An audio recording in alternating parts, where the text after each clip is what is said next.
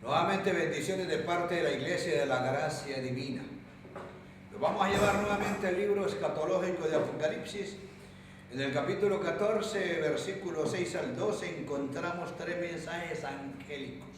Encontramos tres mensajes celestiales para los seres y habitantes de nuestro planeta Tierra.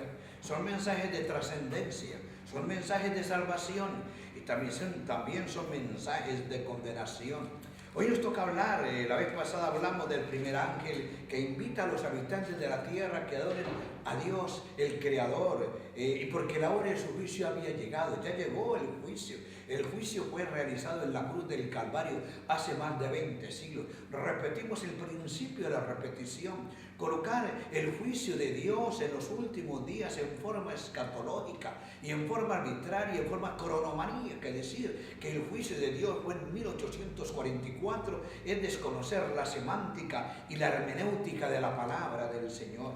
Nuevamente, mis hermanos, decimos que estos ángeles representan a los siervos, representan a los predicadores, representan a aquellos que predican y explican la palabra del Señor. Glorificado sea el nombre de Dios. Y abriremos la Biblia y la leeremos en el nombre del Padre, en el nombre del Hijo y en el nombre del Espíritu Santo. El segundo ángel nos dice claramente el capítulo 14, versículo 8.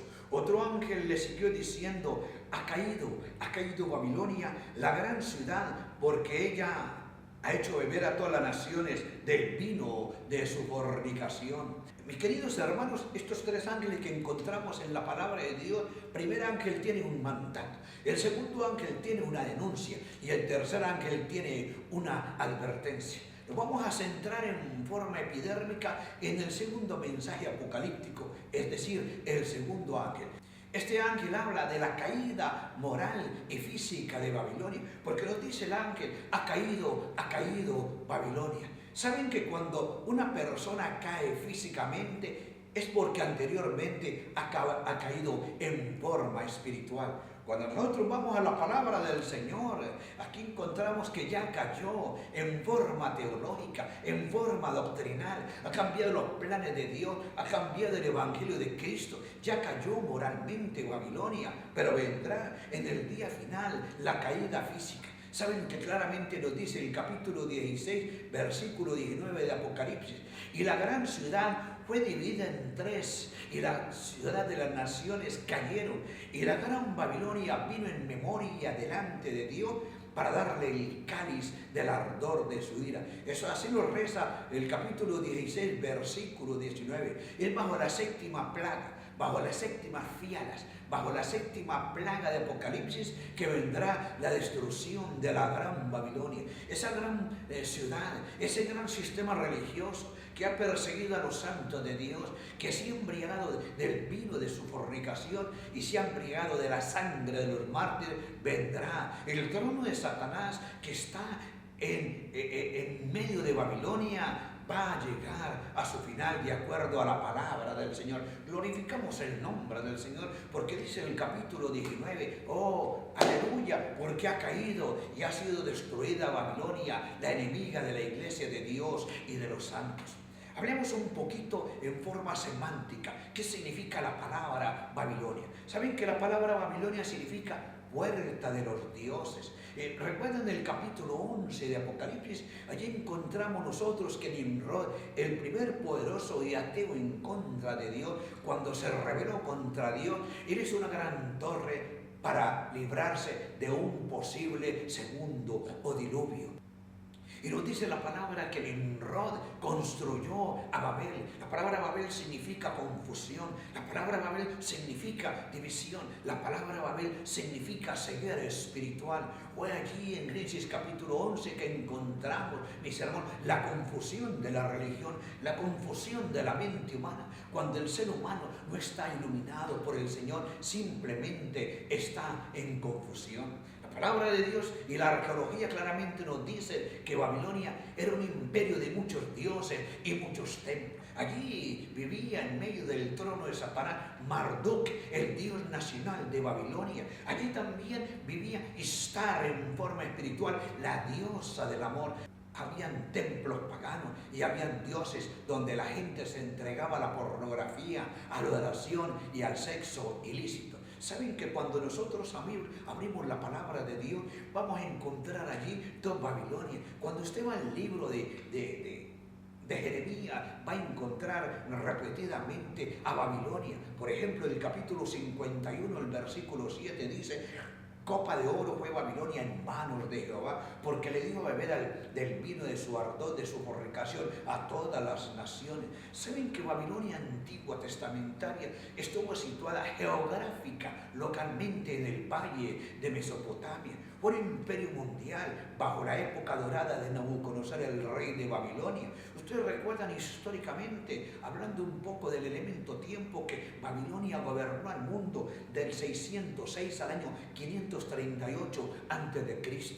Pero cuando nosotros saltamos al libro de Apocalipsis, vamos a encontrar otra Babilonia. Perdón, no es una Babilonia geográfica, no es la Babilonia que estuvo en el valle de Irak, no, es una Babilonia espiritual. Esta Babilonia espiritual la encontramos que está en forma espiritual, repito la palabra y valga la redundancia, esta Babilonia espiritual está en todo el mundo.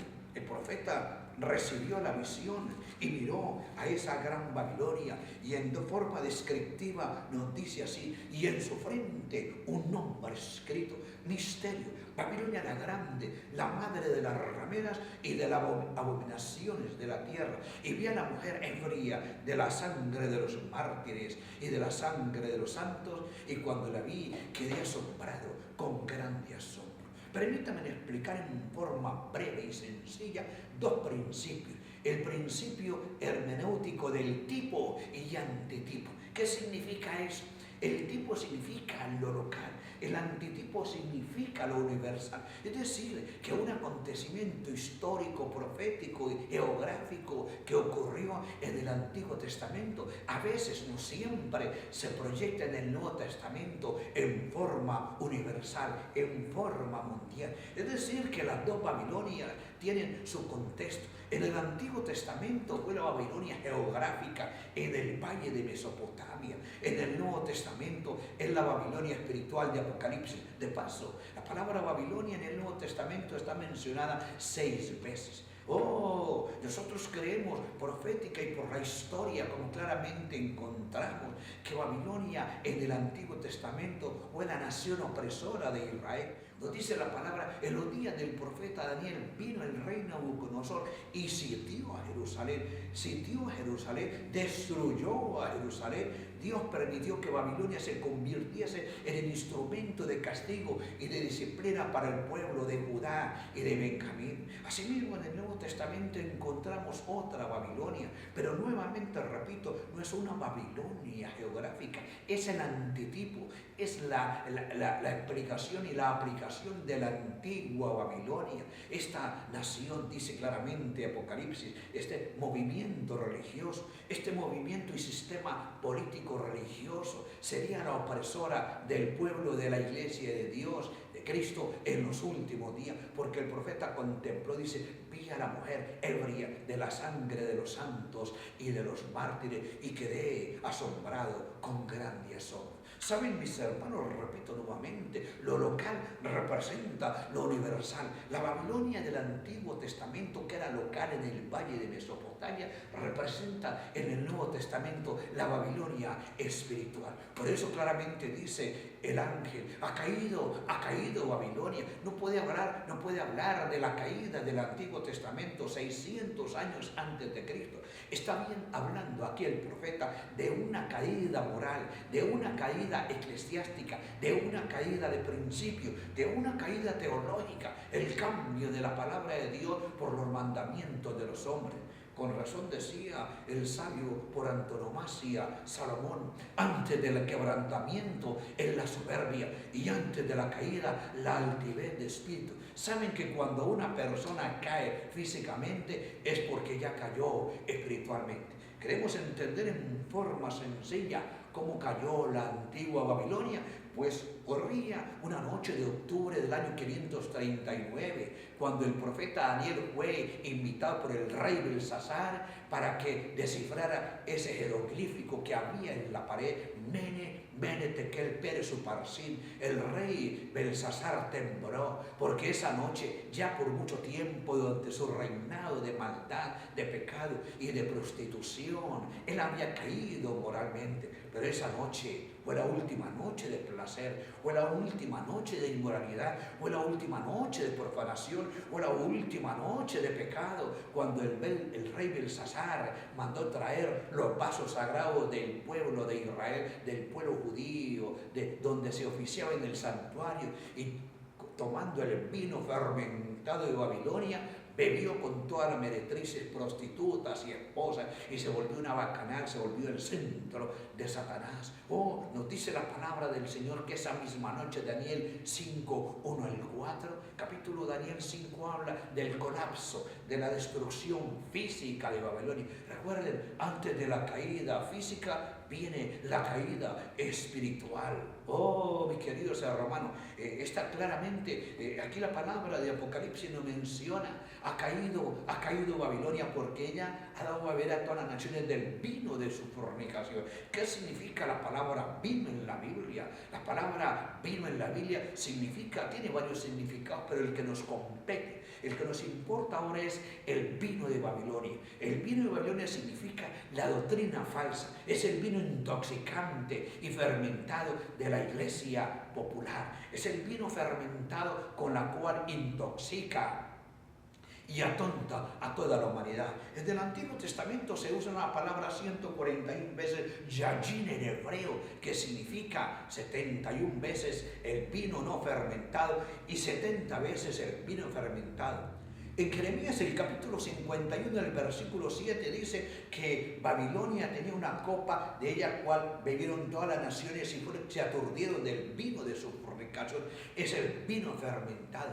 Saben que en el Nuevo Testamento encontramos la palabra oinos en griego, esa palabra vino, y se usa para vino fermentado y para vino no fermentado. Jesús, usando el vino no fermentado, tomó la copa y dijo: esta copa es el nuevo pacto que beberé en memoria de mí. Así todas las veces que la bebieres en memoria de mí. Cuando nosotros celebramos la Eucaristía, cuando celebramos la cena del Señor, un recordatorio, entonces estamos usando el vino representando la sangre preciosa de Jesús. Satanás lo fermenta. Satanás deja que la gente se intoxique con el vino, porque el vino intoxica. El vino desestabiliza al ser humano. El vino es, dice claramente la Biblia, como la boca de una serpiente. Oh, ¿saben que los antiguos babilonios, el vino es fermentación en Babilonia? El vino aturde, el vino intoxica, el vino atonta a aquel que recibe en forma equivocada la palabra del Señor.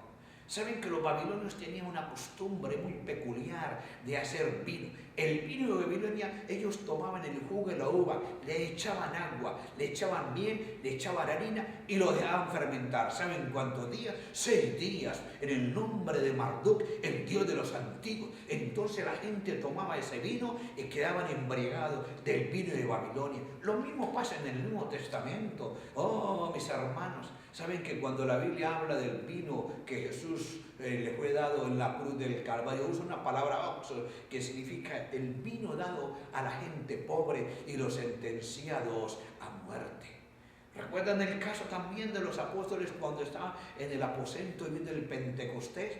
Que la gente acusó de que estaban embriagados. Ellos les dicen: tienen glaucos.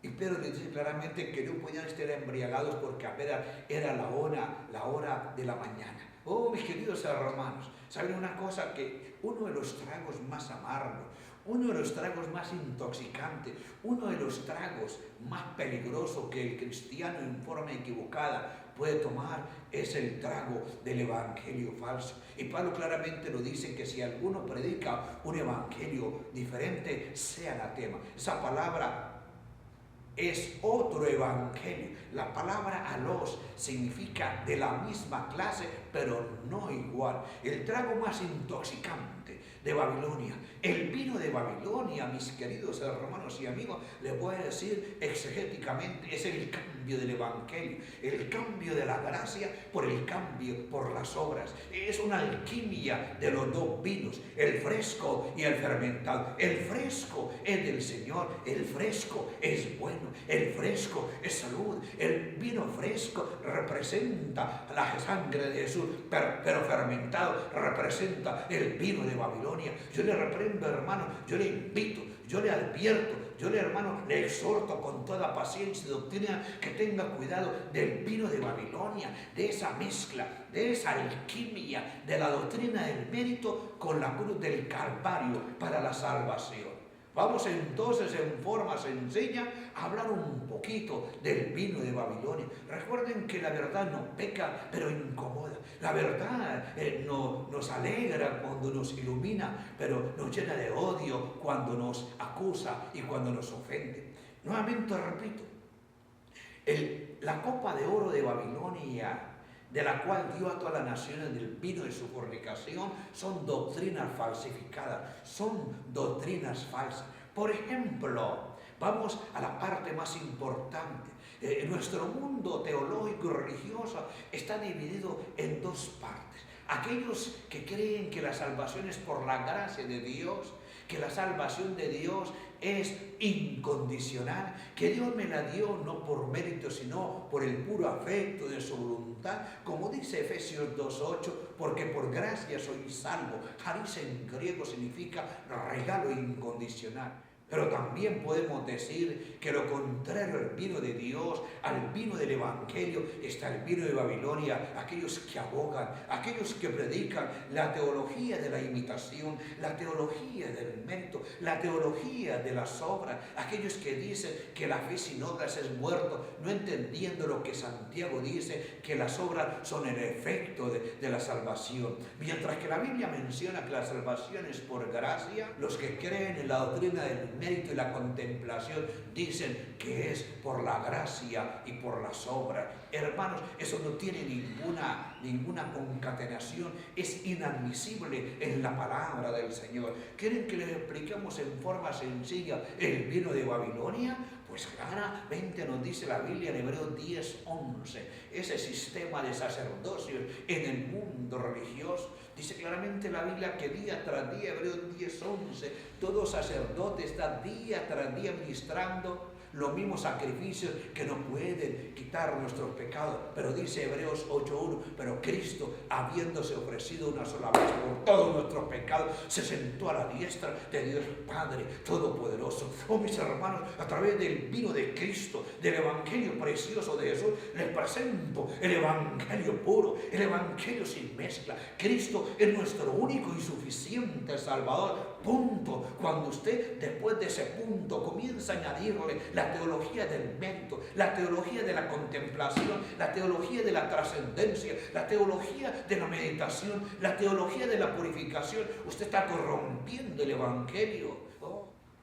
Fíjense claramente lo que dice San Pedro acerca del sacerdocio. Los creyentes somos sacerdotes del Señor. 1 Pedro, el capítulo 2, versículos 2 al 9, 2:9, nos dice claramente la palabra del Señor. 1 Pedro, capítulo 2, versículo 9, los creyentes son sacerdotes para el Señor, mas vosotros sois linaje escogido, real sacerdocio, nación santa, pueblo adquirido por Dios, para que anunciemos las virtudes de aquel que nos llamó de las tinieblas a su luz admirable. Oh, mi querido hermano, usted es un sacerdote del Señor. Oh, mi querida hermana, usted es una sacerdotisa del Señor. Hay movimientos religiosos que prohíben que las damas en la iglesia prediquen. Hay movimientos religiosos que prohíben que la mujer predique. ¿Dónde está eso? Simplemente dogmas humanos y eclesiásticos. Nosotros, las mujeres y los hombres, son creyentes, son sacerdotes para la honra y gloria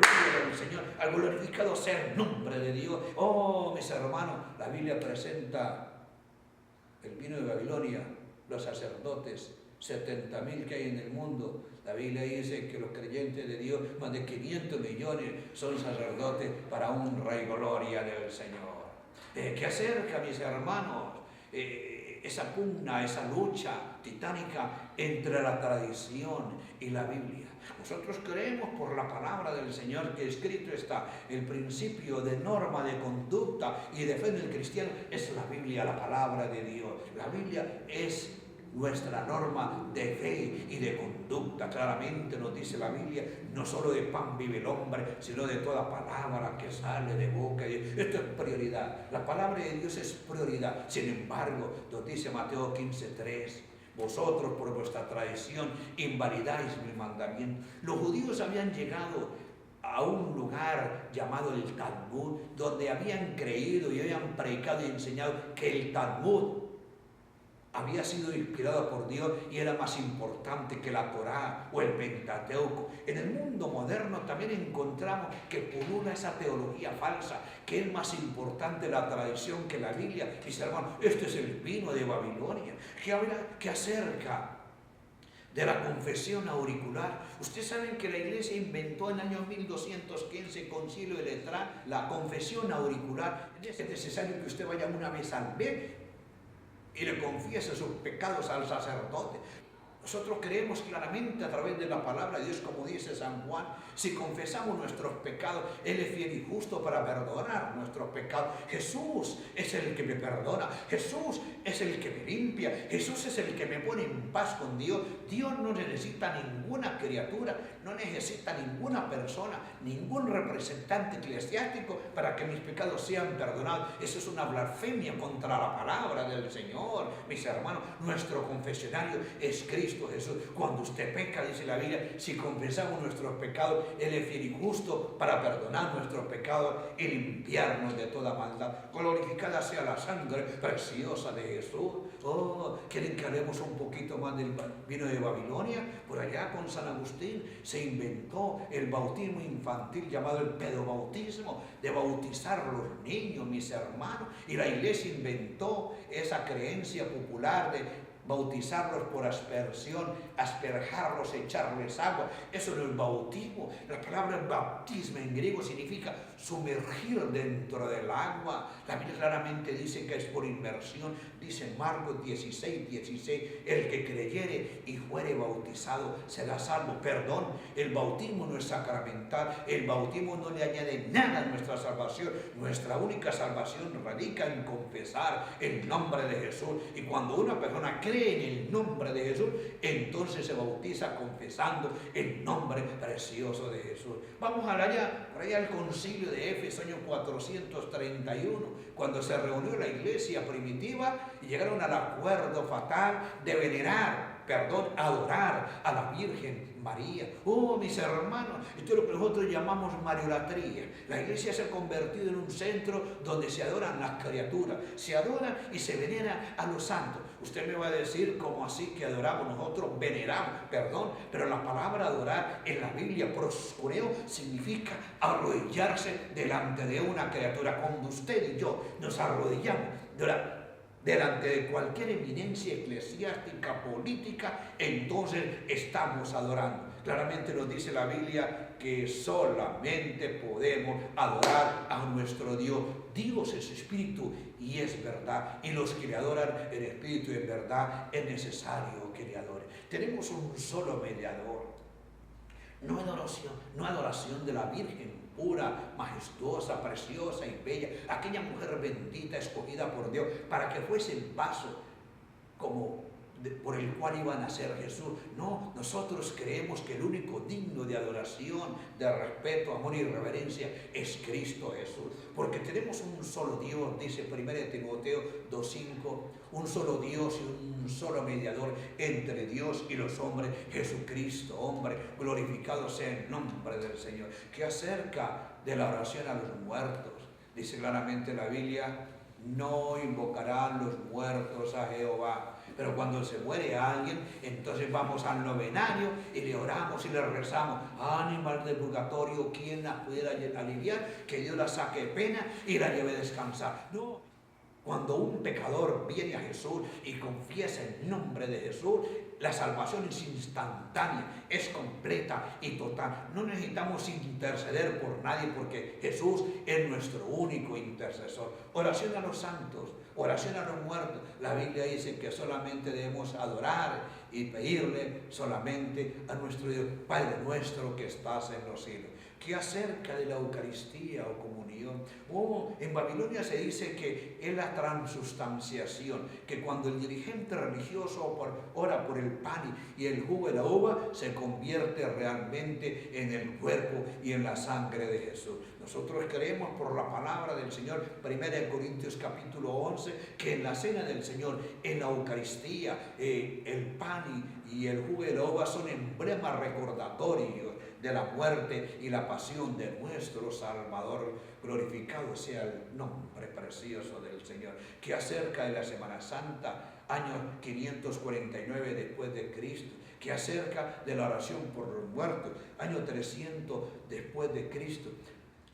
El bautismo infantil fue inventado en el año 253. Hermanos, el celibato, el que los sacerdotes y los obispos no puedan casarse, fue inventado en la iglesia año 305 en contra de la palabra de Dios, cuando dice Pablo, es menester que el obispo sea marido de una sola mujer. La misa como un rito fue en el 394, purgatorio 593, fiesta de los santos 734. El agua bendita se inventó en el año 830 después de Cristo.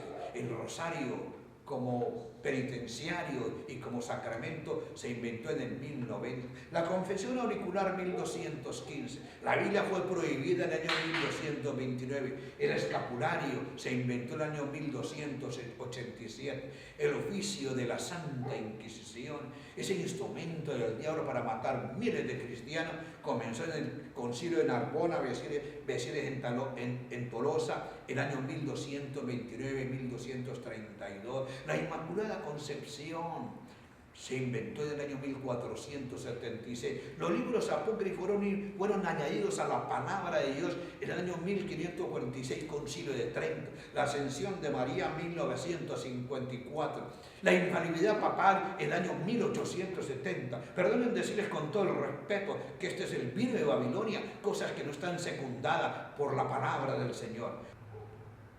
Por eso nos dice claramente Apocalipsis 18:4. Todas las naciones han bebido del vino de su fornicación. Y claramente también nos dice la palabra del Señor. Eso es un mensaje urgente. No es un mensaje importante, mis queridos amigos. Usted que está mirando este video de la iglesia, de la gracia divina. Fíjense, uno de los últimos llamados que Dios le hace a toda aquella gente sincera que están en el error y bebiendo el vino de Babilonia, que son sinceros, pero que están sinceramente equivocados. Y oí otra voz del cielo que decía, aquí habla el cielo, salid de ella, pueblo mío, para que no seáis partícipe de sus pecados, ni recibáis parte de sus plagas. Oh, mis queridos amigos, Dios lo está invitando a usted, que se le caigan las escamas. Pida a Dios que le dé iluminación para que se caigan sus escamas y pueda entender este evangelio, el evangelio de la salvación, el evangelio puro de Jesucristo. Con razón dijo el maestro de Galilea, con razón dijo Jesús, tengo otras ovejas que no son de este redil, las cuales me conviene traer, y escucharán mi voz, y habrá un rebaño y un pastor. ¿Saben que ese rebaño no tiene una nomenclatura? Ese rebaño en la iglesia de Cristo no tiene un título. Ese rebaño no es una denominación. Ese rebaño es simplemente la iglesia de Cristo, compuesta por todos aquellos que han confesado el nombre de Jesús, compuesta por aquellos que creen que Cristo es nuestro único Salvador, compuesta por aquellos que han sido lavados por la sangre del Cordero, compuesta por aquellos que solamente viven por fe, compuesta por aquellos que solamente se glorían en el nombre de Jesús. Esa iglesia, ese rebaño es el cuerpo de Cristo, la novia de Cristo espiritual y mundialmente. Con razón dice la palabra del Señor en Hechos 2:47, y ese versículo habla de continuidad, y el Señor añadía a la iglesia los que habían de ser salvos. Mi querido amigo, le invito a que abra su corazón a la palabra del Señor. Escríbanos a la dirección que está allí y hablemos, dialoguemos a la sombra del Calvario de este hermoso mensaje de la palabra del Señor. Recuerden lo que dice la Biblia: El segundo ángel le siguió diciendo: ha caído Babilonia, porque ha hecho a beber a todas las naciones del vino de su fornicación. Próximamente vamos a hablar del tercer ángel. Es un mensaje claro, contundente, que toca nuestra mente, nuestro corazón. Este ángel nos invita a no recibir la marca de la bestia en nuestra frente o en nuestra mano, porque si la recibimos, entonces vamos a recibir del vino de la ira de Dios que está consumado en las 7 plagas y en el juicio final. Mi querido amigo, Dios lo bendiga. Recuerden, la verdad no peca, pero incomoda. Esto lo hacemos basado claramente en la información y la palabra del Señor. Este mensaje es claro. Por favor, Dios los bendiga, Dios les guarde. Es el deseo sincero de la Iglesia de la Gracia Divina.